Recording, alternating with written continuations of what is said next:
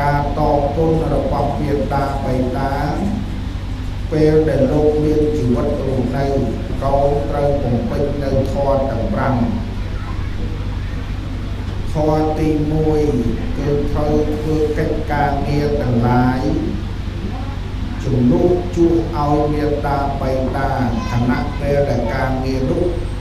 មេត្តាបិតាពុំអាចធ្វើបានឬក៏យល់មិនដល់សង្គ្រោះបម្រើទំនុកបម្រុងទី2ប្រសិនបើឃើញមេត្តាបិតាកំពុងរវល់ក្នុងកិច្ចនានាមានគេហកិច្ចមានសពកិច្ច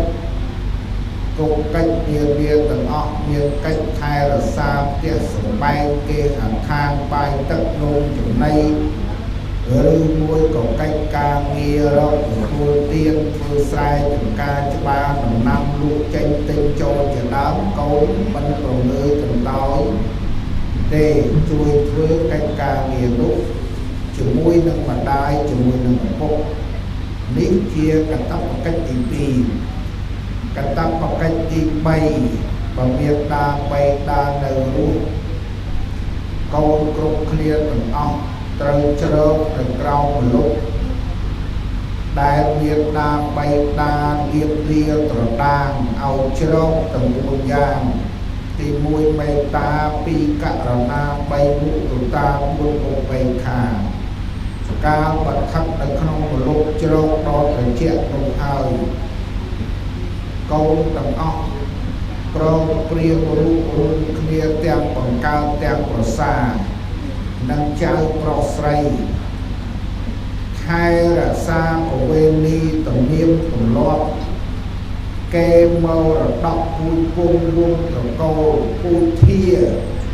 របស់លោកឪពុកអ្នកម្ដាយមិនឲ្យសាបសូន្យមិនឲ្យបាត់បង់មិនឲ្យខ្ចាត់ខ្ចាយមិនឲ្យបាក់បែកកតបកិច្ចទី3កតបកិច្ចទី4គេមរតកដែលមេត្តាបិតាបានចែកឲ្យទោះបីដីមហាត់ស្រែមួយចំការស្រែ1ម៉ែត្រ2ម៉ែត្រឬមកគេហដ្ឋានឬមួយក៏មាសប្រាក់កែវកងវិសុទ្ធសូរឋានដោយហើយទៅសំបីជាទ្រង់ឥតមានចំណេះដឹងបទពិសោធន៍ដែលមេត្តាបិតាចែកឲ្យកូនត្រូវប្រឹងថែរក្សាគេមរតកទ្រព្យសម្បត្តិដែលមេត្តាបិតាបានចែកឲ្យនេះឲ្យបានគង់វង្សថិតថេរចេរកាលហើយចេះបំផ្លែងចេះអភិវឌ្ឍ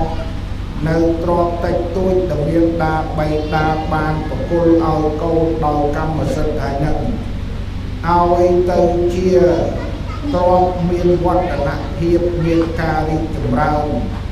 ទ្រព្យដើម្បីលើកកិត្យានុភាពគេឈ្មោះកិត្តិយសរបស់ក្រុមគ្រួសារនិងកតបកិច្ចទី3 4កតបកិច្ចទី5បើលោកឪពុកអ្នកម្ដាយមានជីវិតរស់នៅហើយស្ថិតនៅក្នុងបច្ចុប្បន្នវ័យចុងក្រោយកូនត្រូវចិញ្ចឹមថែរក្សាមេត្តាបិតារាល់ការងារទាំងអស់មិនដាក់បន្ទុកមិនទម្លាក់ភារៈព្រមទាំងលើកស្ទួយកិត្តិយសញ៉ាំពេលវេលាឲ្យលោកមានឱកាសបានធ្វើបុណ្យរក្សាសិលចម្រើនមេត្តាភាវនាមួយវិញទៀតញ៉ាំបតីទឹកចិត្តរបស់លោកឲ្យរីកជ្រះថ្លាបើលោកមានសន្ធាប្រាថ្នាសិក្សារៀនសូត្រធម៌វិន័យក្នុងបរិយត្តិធម៌ឬមួយក៏មានសទ្ធាជ្រះថ្លាប្រាថ្នាស្ដាប់រៀនសូត្រធម៌វិន័យកូនគាត់បីជំរុញលើកទឹកចិត្តបង្កលក្ខណៈជ្រុំជ្រែងឧបត្ថម្ភឲ្យការសិក្សារបស់មេត្តាបិតាបានដោយសេចក្តីជ្រះថ្លានិងកងប្រាថ្នារបស់លោកពុំនោះសោទេបើលោកឪពុកអ្នកម្ដាយប្រាថ្នារៀននៅសមថវិបស្សនាសមថកម្មដ្ឋានឬវិបស្សនាកម្មដ្ឋានណាមួយក្នុងទីចិត្តទីឆ្ងាយក៏បីបុកទាំងឡាយញ៉ាំពេលវេលានឹងធ្វើឲ្យមេត្តាបិតាមានឱកាសបានទៅសិក្សារៀនសូត្រនៅកម្មដ្ឋានទាំងពីរនោះណាមួយ មានសក្មថាកម្មដ្ឋានឬក៏វិបស្សនាកម្មដ្ឋានជាដើមហើយបើមានលទ្ធភាពគូសលើសអំពីនឹងឧស្សាហ៍ធ្វើបុណ្យអាយុវឌ្ឍនមង្គលបច្ច័យ4ឬមួយក៏ជួលលោកធ្វើបុណ្យនៅវត្តនេះវត្តនោះទីនោះឬមួយក៏ជំរុញលើកទឹកចិត្តឧបត្ថម្ភជាបច្ច័យសម្លៀកបំពាក់ឧបាយកលសពបែបយ៉ាងដែលជាកាមាវចរូបករណ៍ជាឧបាយសម្រាប់ធ្វើបុណ្យសុនកុសលជូនចលោកឲ្យលោកធ្វើបុណ្យសុនកុសលទៅឆ្ងាយនេះជាកតបកិច្ចទី5បើមានតាបេតាធ្វើការលកិរិយាទៅព្រះពុទ្ធសាសនាក៏ពុំទាន់អស់ផ្លូវថាឲ្យកូនប្រុសស្រីគ្រប់រូបធ្វើបុណ្យសុនកុសលឧទ្ទិសតបស្នងសងគុណដែរដោយក្នុងឱកាសពេលនេះថ្មីត្បិតតែឧបាសិកាជាមណាត់